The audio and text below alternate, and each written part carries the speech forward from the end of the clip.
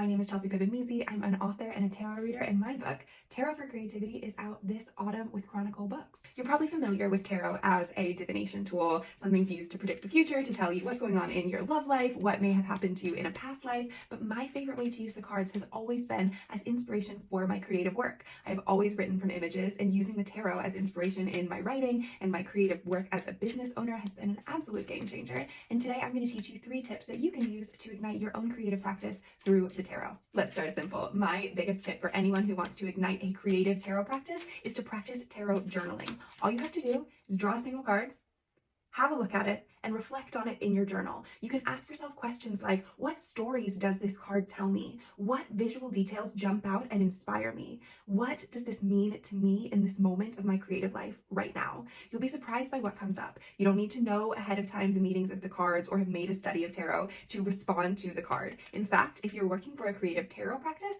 then what you want to do is give your intuition, give your creative impulses that room to play, to explore, to experiment with the meanings instead of try to apply specific traditional meanings to the cards. If you're not a journaler and you're more of a visual thinker, another way you can use to get to know the tarot as a creative tool is to recreate versions of the card yourself. So all you need to do is draw a card, sketch, paint, draw, sculpt, photograph your own take on the visual elements in the card. Try and find your own way of expressing the piece that you're looking at. Use the motifs, use the colors, use the textures and patterns and symbols that you see in the card, but make it your own. See how far you can deviate from the card while still recognizing what's there for you. It's a really great way to jumpstart your visual thinking, your artistry. It's a great way to practice your craft and to find your own unique style as an artist. My final tip for using the tarot as a creative tool today is to tell a story with the cards. If you're a writer or a filmmaker, it can be really, really fun to use the cards to lay out the elements of a story and then write yourself through it. It's a really good brainstorming exercise, a really good writing warm-up, and I've even written full short stories and devised novel ideas using this technique. So what you're going to do is draw 3 cards. The first card will represent the beginning of the story, the second card will represent the middle, and the third card will represent the resolution.